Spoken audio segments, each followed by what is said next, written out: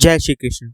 आज हम आपको वृंदावन के 4 प्रमुख वनों की यात्रा पर ले जाएंगे। वृंदावन भगवान श्री कृष्ण की बाल लीलाओं की पावन भूमि न केवल अपने मंदिरों के लिए विख्यात है, बल्कि इसके पवित्र वनों के लिए भी ये विश्व भर के भक्तों के लिए आस्था का प्रमुख केंद्र है।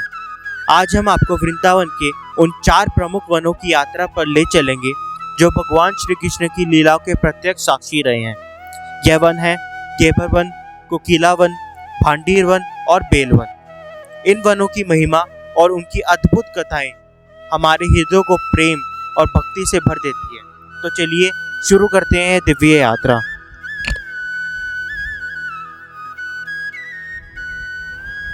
यह वही स्थान है जहाँ पर राधा रानी और कृष्ण जी ने एक दूसरे की प्रशंसा की थी, एक दूसरे को प्रेम पूर्ण भाव से देखा था।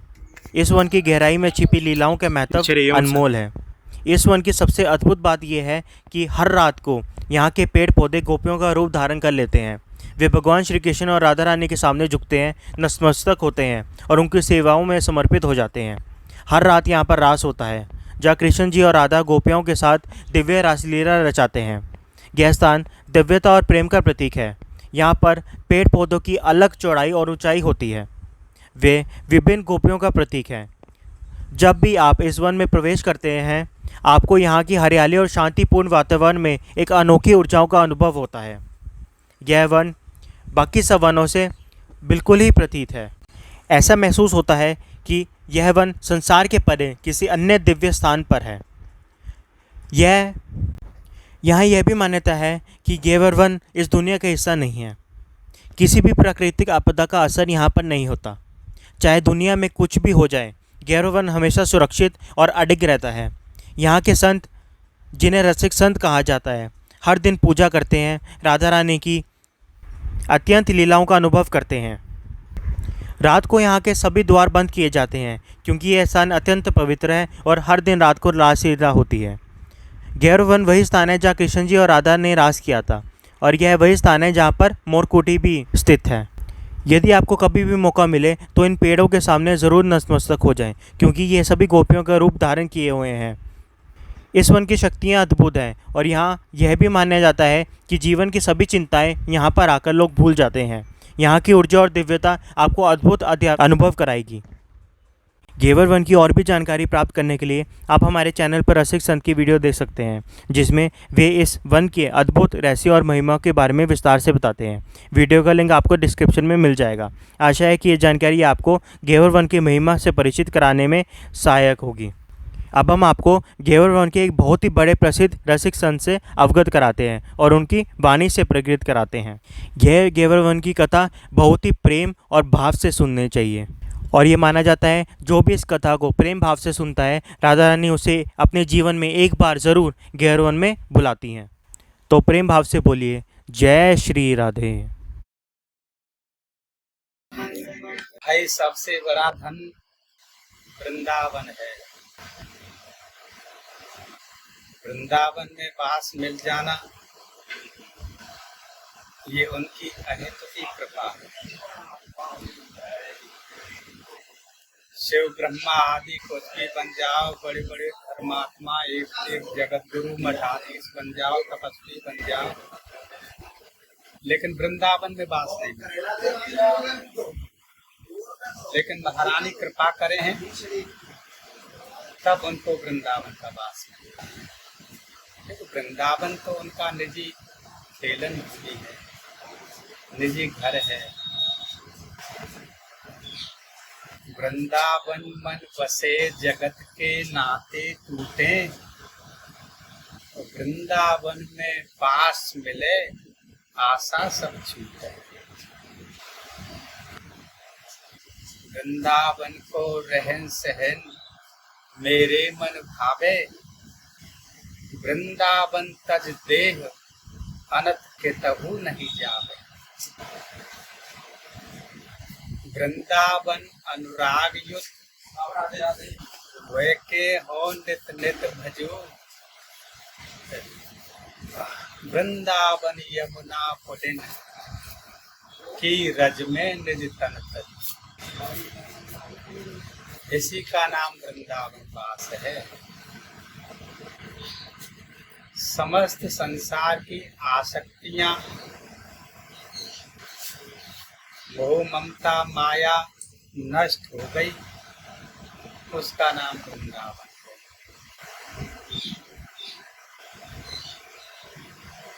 इसलिए वृंदावन की विशेष महिमा है। वृंदावन साचो धन भैया,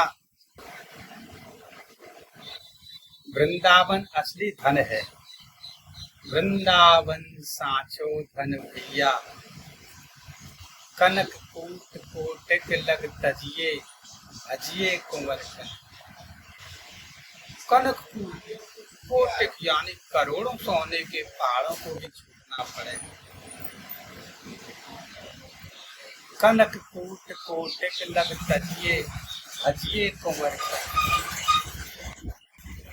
जहाँ श्री राधा चरण धूल की, कमला लेत बलैया। यहाँ की रज में लक्ष्मी जी भी बारी बारी जाए, जो छावर हो जाए। जहाँ श्री राधा चरण धूल की, कमला लेत बलैया। चारों मुक्ति कहाले करिए, जहाँ न यशोदा मैया। मुक्तियों का करना क्या है?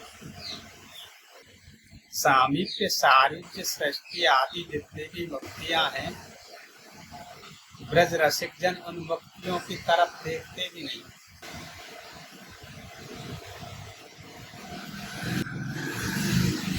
चारों मुक्ति कहाले करिए, जहाँ न यशोदा। जिन संग गोपी नाचत गावत, मोहन बैंड बजे। इसलिए सबसे बड़ा वृंदावन। वृंदावन में ही प्रिया प्रियतम का निजी खेलन। वृंदावन का भी सार है गहवर में, जहाँ बैठे हैं। ये रास की जगह है, रास मंडल है, हित रास मंडल। इस जगह का नाम है हित रास मंडल। सब रसिकन की जगह है, क्योंकि सबसे बड़ा ठिकाना गहवर वन है। वृंदावन का विशाल गहवर वन है। पूरे वृंदावन में रस प्रवाहित हुआ है, यहाँ गहवर वन से प्रवाहित हुआ। मूल तत्व गहवर वन। पंच योजनई में वास्ते वृंदावन देह रूपणम। पूरा वृंदावन प्रिया प्रियतम का विग्रह है, शरीर है। और वृंदावन का हृदय है गहवर वन, हृदय स्थल के। सबका ठिकाना गहवर वन में है। वृंदावन तो ब्रज 84 कोष का ही नाम वृंदावन है। और पूरे ब्रज 84 कोष का हृदय है गहवर वन।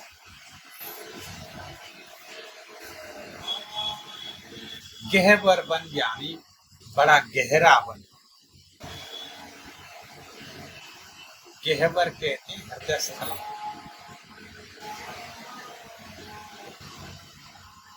कहीं भी महापुरुष रसिक जन कहीं भी रहते हैं, लेकिन अंतरंग भाव से वो गहवर वन नहीं होता है।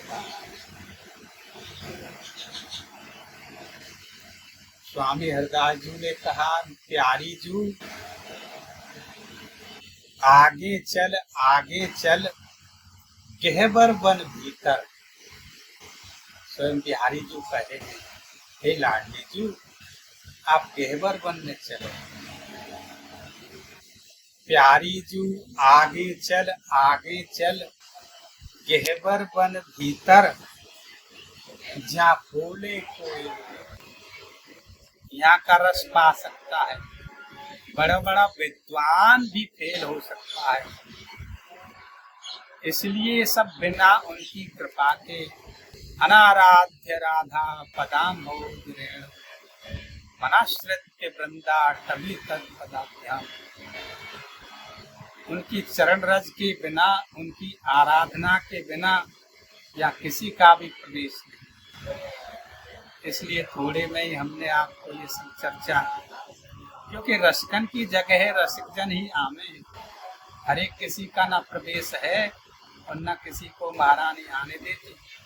अभी आप जा रहे थे इधर से, हमने कही आप ऐसे कर रहे हैं मोबाइल से, करते हुए जा रहे थे, हमारे मन में विचार आया भाई अपने सबको दर्शन करा रहे होंगे, यहाँ से भी करा लो ठाकुर जी का।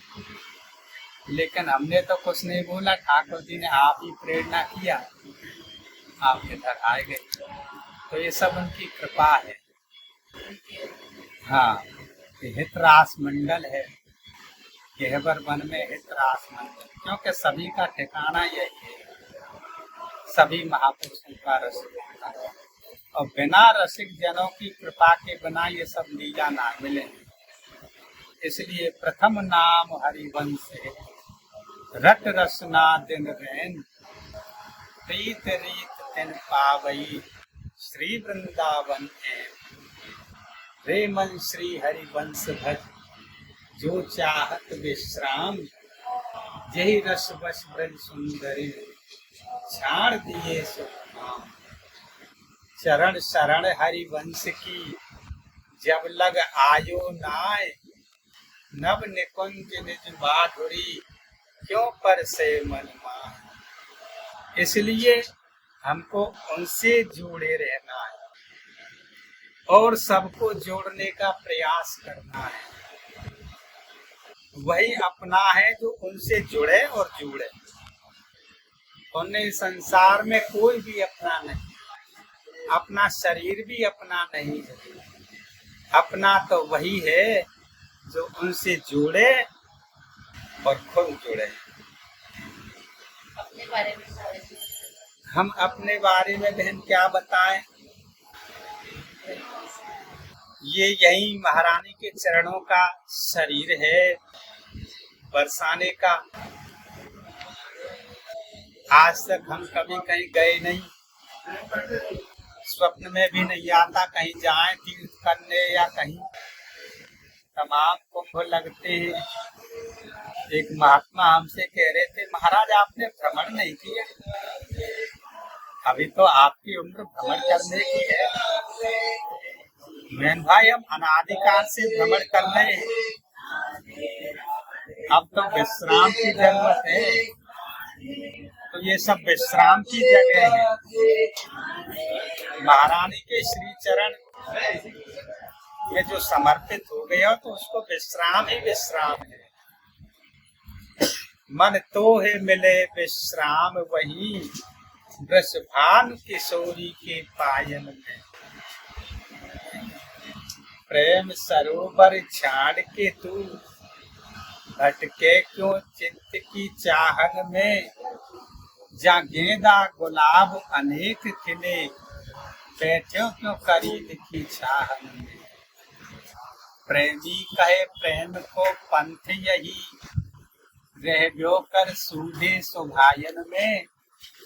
मन तो है मिले विश्राम वही, वृषभानु किशोरी की पायल में। अनादिकाल से विश्राम, अनादिकाल से हम लोग भ्रमण कर रहे हैं। 84 लाख योनियों में भ्रमण कर रहे हैं। अब महारानी की कृपा हुई है, उनके चरणों में विश्राम ही विश्राम है। इसलिए मन की दौड़ खत्म है तो विश्राम है। मन की दौड़ खत्म नहीं हुई वृंदावन में भी आकर के, तो फिर समझो वृंदावन नहीं आए, संसार में ही रहे। इसलिए बहन हम कभी कहीं नहीं जाते और सभी महापुरुष रसिकजन सब यही दर्शन देने आते हैं। और सब यहाँ तो अनुभव से सब लीला चलती है, अनुभव से संगीतन पकड़ते हैं। उनको किसने देखा है, कौन उनको जान सकता है, लेकिन महापुरुष रसिकजन अनुभव से उनको पकड़ लेते हैं। अनुभव बिन जग आंधरो, वस्तु न दिखे कोई। रास्ते में हम चल रहे हैं, अंधेरा हो रहा है, रस्सी पड़ी हुई है, हम समझेंगे सर्प है। सर्प क्यों समझेंगे भाई? तो फिर सर्प का अनुभव है, रस्सी जैसा होता है। इसलिए अनुभव से ही महापुरुष रसिक जन पकड़े। अनुभव गम्य भजई जे संता, यद्यपि ब्रह्म अखंड अनंता। इसलिए अनुभव ही सर्वोपरि है। अनुभव से ही सबको पकड़ में आवे है। इसलिए अपनी क्या कह रहे हैं, यहाँ तो सब उन्हीं की लीला है। उनकी चरण शरण में समर्पित हो गए, बस सब मिल गया। इसलिए जय जय श्री राधे। श्री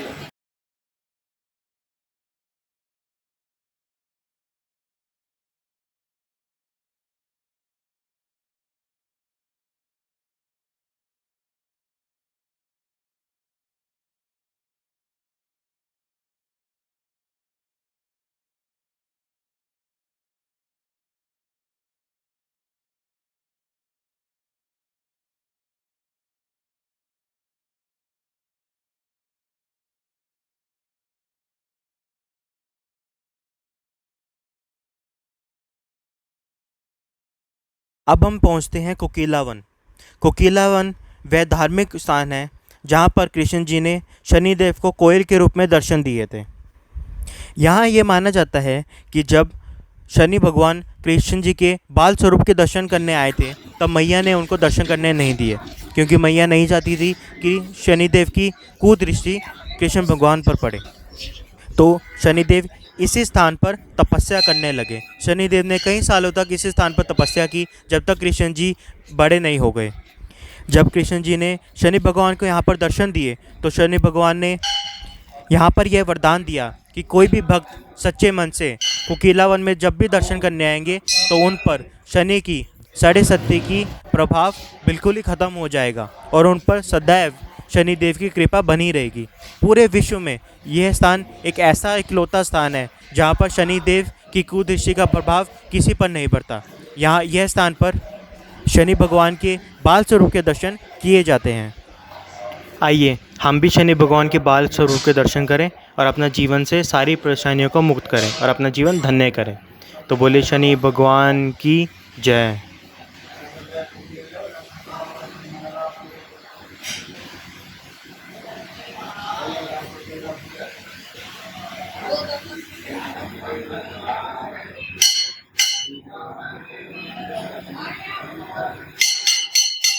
ये क्या गाय नीचे रह गई।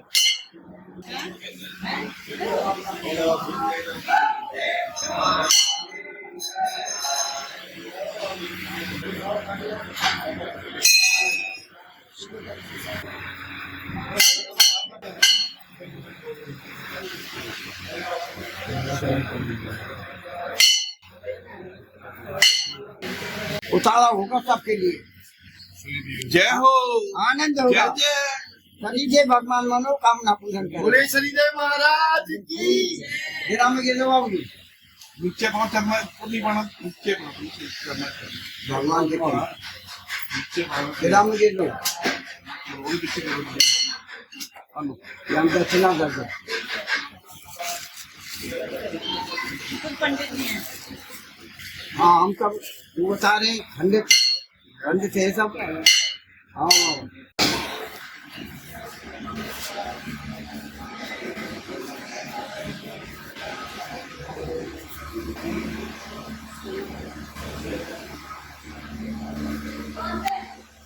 अब हमारी यात्रा हमें ले चलती है भांडीर वन की ओर। भांडीर वन का महत्व इस बात से है कि यह वही स्थान है जहां भगवान श्री कृष्ण और राधा रानी का विवाह संपन्न हुआ था। इस विवाह की कथा बहुत प्रसिद्ध है। माना जाता है कि यहीं पर ब्रह्मा जी ने राधा और कृष्ण का दिव्य विवाह संपन्न कराया था। यह वन आज भी उस दिव्य मिलन का प्रतीक है जहाँ प्रेम और भक्ति की उच्चतम अवस्था का अनुभव किया जा सकता है। भांडीर वन में आज भी वह पेड़ स्थित है जिसके नीचे ये विवाह संपन्न हुआ था। यहाँ आने वाले भक्त उस दिव्यता को महसूस कर सकते हैं। जो इन वन के हर पेड़ पत्ते में समाई हुई है। यह स्थान राधा और कृष्ण के प्रेम का अद्वितीय उदाहरण है।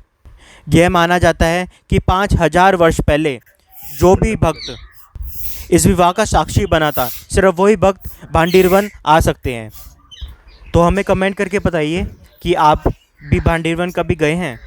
अगर हाँ, तो आप भी 5000 वर्ष पहले किसी न किसी रूप में कृष्ण जी और राधा के विवाह में सम्मिलित थे।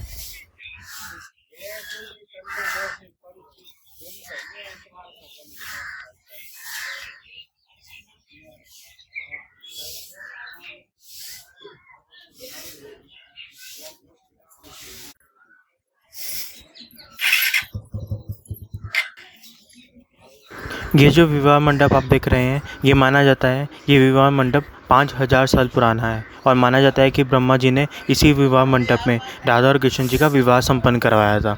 ये उस टाइम से अब तक ऐसे ही स्थित करा है।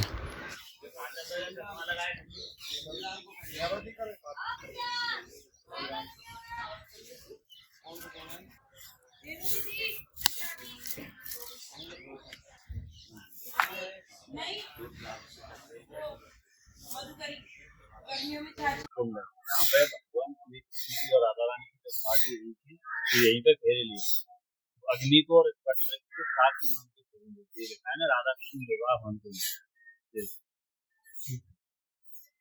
देख रहे हो भांडीरवट, ये कन्हैया जी के समय का वटवृक्ष है, द्वापर युग का। ये कन्हैया टाइम इतना विशाल था कि नंद बाबा की 9 लाख इसी के नीचे बैठे थे और इसी को साक्षी मान के ब्रह्मा जी ने राधा कृष्ण का विवाह संपन्न कराया था। कन्हैया जी ने अपनी लीला से एक यहाँ मंडप बनाया था 4 खम्भों का, जो आज भी गड़ा हुआ है, जिसमें जैसे पति पत्नी के हम गठबंधन करते हैं, दुपट्टे में गांठ लगाते हैं, उसी गांठ में यहाँ माना जाता है कन्हैया जी ने वचन दिया है, वरदान दिया है इस वटवृक्ष को, तो जो भी आके इस वटवृक्ष में मेरे इस गठबंधन में अपनी शादी के लिए वो 7 गांठ लगा के जाएगा, तो उसकी इस साल भर के अंदर अंदर शादी हो जाएगी। हाँ जी, यहाँ तो ठाकुर जी की यहाँ मान्यता है, लाखों लोगों की ठाकुर जी ने यहाँ विवाह कराए हैं। साल होती नहीं हो उससे पहले उनके संबंध आ जाते हैं, रिश्ते बन जाते हैं, उनकी शादी विवाह हो जाती है। यहाँ पे विवाह भी करवाते हैं लोग? हाँ जी, यहाँ देखो शादी विवाह होते हैं, ठाकुर जी के विवाह उत्सव होते हैं। हाँ जी, श्री राम। देखिए आज आप वहाँ हैं जहाँ कन्हैया जी ने अपनी वंशी से इस वेणी कूप का निर्माण किया। इसका नाम है वेणी कूप, वंशी के नाम से कन्हैया ने इसका नाम रखा है वेणी कूप। भगवान यहाँ गाय चराने आए थे, तो एक राक्षस था बक्सासुर, उसने गाय के बछड़े का रूप ले लिया और कन्हैया जी की गायों को मारने लगा। तो कन्हैया जी ने अपनी गाय के रक्षा करने के लिए कन्हैया जी वहाँ गए, तो कन्हैया जी को मारने के लिए आया। कन्हैया जी ने अपना बचाव करते हुए उस राक्षस के पीछे वाले पैर पकड़े और चारों दिशाओं में फिराया और ज़मीन में मार दिया। उसका परिणाम तो हो गया, प्राण निकल गए। तब प्राण निकल गए तो राधा रानी ने ये कहा, ये तो तुमने गऊ हत्या कर दी, तुमने तो गऊ की हत्या कर दी। गऊ में 33 करोड़ देवी देवताओं का वास होता है, तुमने उन सब की हत्या करी तो महापाप लगा है। तुम्हें संसार के सारे तीर्थ नहाने पड़ेंगे, तब जाके तुम्हारा पाप मिटेगा। तब भगवान ने कहा कि मैं सारे तीर्थों को यहीं बुलाऊंगा, इसी भांडीवन में। तब भगवान ने अपनी बंसी को यहाँ ज़मीन में मारा था। ये जो कुआं प्रकट हुआ ज़मीन में, ज़मीन फट गई, तब ये कुआं प्रकट हुआ ज़मीन से। भगवान इसमें बैठ के सारे तीर्थों को आह्वान किया। जितने भी सारे तीर्थ हैं, गंगा, यमुना, गंगोत्री, यमुनोत्री, कावेरी, ताप्ती, सरयू नदी और आपकी नर्मदा नदी, समुद्र भी जहाँ तक है, सारे तीर्थ यहाँ आए हैं और भगवान की जय जयकार करते हुए भगवान को स्नान कराया है। केवल एक तीर्थ नहीं आए जिनका नाम था अचल ताल, ये पढ़ते हैं आपके अलीगढ़ में। तो भगवान ने अचल ताल को तुरंत श्राप दे दिया कि आने वाले समय में अभी से अनंत तक तुझ में सूगरों का वास होगा, सूगर लेटेंगे तुझ में। तो ये अलीगढ़ में पड़ता है, वहाँ था अचल ताल। ये सोमवार की जो दिन लीला पड़ती है, ये लीला जो की थी भगवान ने, सोमवार वाला दिन था, अमावस्या था, तो अमावस्या पड़ी थी सोमवार वाले दिन। तो भगवान ने कहा कि आज जो दिन है सोमवार और अमावस्या, आज हमने इसमें सारे तीर्थ स्नान किए हैं। आने वाले युग में जो भी सोमवार और सोमवार की अमावस्या पड़ेगी, इस कुएं का पानी सोमवार की अमावस्या वाले दिन सफ़ेद हो जाएगा, गऊ के दूध जैसा। जैसे गऊ का दूध होता है उस कलर में इसका पानी सफ़ेद हो जाएगा। और जो भक्त इसका आचमन करेगा, स्नान करेगा, और इसकी 2 प्रदक्षिणा करेगा, परिक्रमा करेगा, उसे मैं पाप मुक्त करके अपने 14 अवतारों का फल प्राप्त करूँगा। तो ये इस कुएँ की महिमा है जो आपको बहुत ही सूक्ष्म यानी शॉर्ट में बताई है मैंने। बोलो श्री राधे श्याम। ये जो आप सामने स्वास्तिक देख रहे हैं, यहाँ पर सोमती अमावस के दिन महिलाएं संतान प्राप्ति के लिए गोबर से बना हुआ स्वास्तिक बना के जाती हैं। यहाँ पर यह मान्यता है कि जो भी महिला जो संतान प्राप्ति से परेशान है वो इस कुंड में नहाकर सोमती अमावस के दिन यहाँ पर स्वास्तिक बनाकर आगे शिला के दर्शन करते हैं। अगर आप आगे शिला को देखोगे तो आपको अपने मन अनुसार, मन भाव अनुसार यहाँ पे ठाकुर जी के दर्शन होते हैं।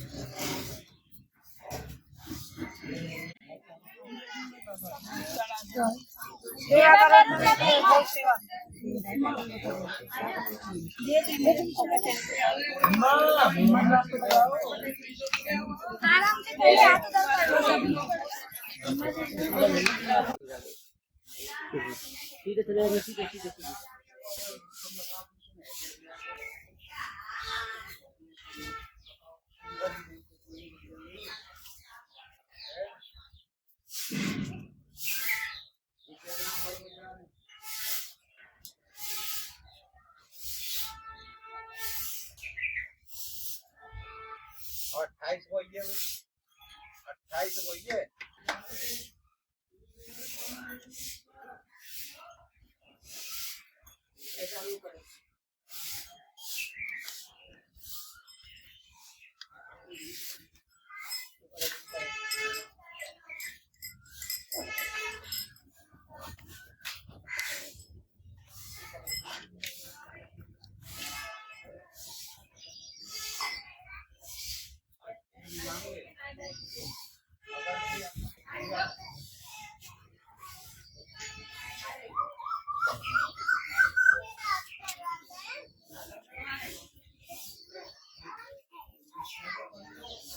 राधे राधे बोलते हैं, राधे राधे। राधे राधे राधे राधे राधे राधे राधे राधे राधे।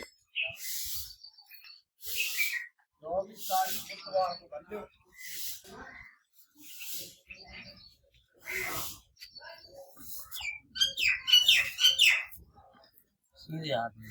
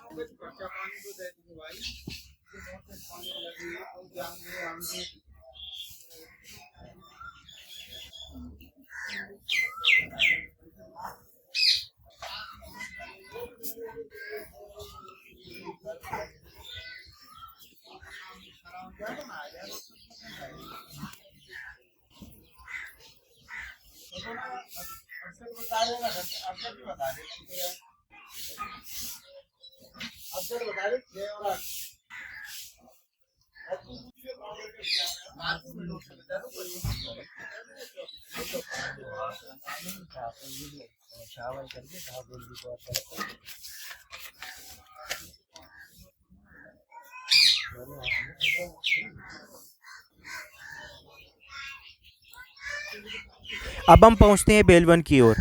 बेलवन का विशेष महत्व है क्योंकि यह वही स्थान है जहां देवी लक्ष्मी की तपस्या कर रही हैं। माना जाता है कि लक्ष्मी जी वृंदावन में प्रवेश करने की इच्छुक थी, लेकिन उन्हें यह समझाया गया कि केवल वे ही लोग वृंदावन में प्रवेश कर सकते हैं जिन्होंने प्रेम और भक्ति के मार्ग को अपनाया है। राधा रानी माधवी का रूप है और लक्ष्मी ऐश्वर्य। अगर माधवी को ऐश्वर्य से प्रेम हो गया तो इस संसार नहीं चल सकता। इसी कारण से लक्ष्मी जी वृंदावन में प्रवेश नहीं कर सकती।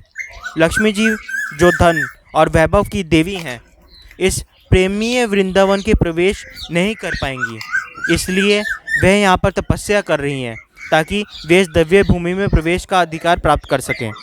बेलवन की यह कथा इसे बहुत ही खास बना देती है। यहाँ आकर भक्त उस दिव्यता को महसूस करते हैं। यहाँ आकर भक्त लक्ष्मी जी से जो भी प्रार्थना करते हैं उनकी वे मनोकामना पूरी करती हैं। यहाँ पर देवी लक्ष्मी की तपस्या और भगवान कृष्ण की भक्ति से जुड़ी हुई कई दिव्य रहस्यमयी कथाएं देखने को मिलती हैं। यह वही वन भक्तों के लिए भक्ति, तपस्या और प्रेम का प्रतीक है।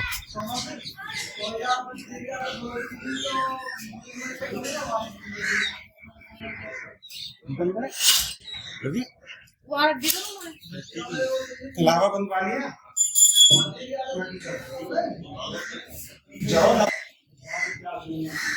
बोलो महालक्ष्मी मैया की जय। यहाँ विराजमान श्री महालक्ष्मी जी और भगवान श्री कृष्ण बाल स्वरूप में लक्ष्मी माता हाथ जोड़कर बैठी हुई है तपस्या मुद्रा में, और कृष्णा वात्सल्य भाव में, सेवा भाव में, जैसे कोई माँ के पास बेटा बैठा हुआ है। जबकि नारायण और वर्ल्ड के अंदर सभी मंदिरों में सबका स्वामी बन के बैठा, सबका पति बन के बैठा, बेटा कहीं नहीं बना, केवल बेलवन के अंदर वात्सल्य भाव में, फिर भी लक्ष्मी के साथ। जो कृष्णा है स्वयं विष्णु और विष्णु की पत्नी है। वैकुंठ में तो विष्णु ऐश्वर्य के साथ था, माया के साथ था, वैभव के साथ था, और ब्रज के अंदर विष्णु कृष्ण अवतार में भक्ति के साथ था, वैराग तक माधुरी प्रेम के साथ था। राधा रानी तो राज राजेश्वरी है, भक्ति है, वैराग्य है। लक्ष्मी माता राज राजेश्वरी है, ऐश्वर्य वैभव माया है। तो करीब 5,500 वर्ष पहले द्वापर में श्री कृष्ण भगवान ने श्री राम वृंदावन के अंदर महाराज किया था। तो लक्ष्मी माता वैकुंठ से महाराज देखने के लिए आई थी। इनको राधा रानी ने गोकुल में प्रवेश नहीं दिया क्योंकि इनको अपने ऐश्वर्य का वैभव का अभिमान था। उन्होंने कहा ऐश्वर्य भाव को छोड़ो, माधुरी भाव बनाओ, गोपी भाव बनाओ, साधु में बताओ, वैराग्य लेकर राधा रानी के चरणों की भक्ति करो, तब आना। तो यहाँ बैठकर तपस्या की थी। भगवान श्री कृष्ण सोचा जंगल में स्त्री का रहना अच्छा नहीं है, इसकी सेवा कौन करेगा। बड़े रूप में तो नाना रह नहीं सकते थे, बुद्धि में तो बाल रूप में आए थे। तो बात सारी बाबा के बोले माँ मैं भूखा हूँ। लक्ष्मी ने देखा नारायण रोकने के लिए मुझसे माँ कह रहे हो, मेरे पास तो कुछ नहीं है। 2 मुट्ठी चावल लेके आई, जब वैकुंठ से खिचड़ी का भोग लगाइए। तो कन्हैया ने खिचड़ी का भोग लगाया, इसलिए खिचड़ी का भोग लगता है। और पूस मास में हर गुरुवार को मेला लगता है। बोलो महालक्ष्मी मैया की जय।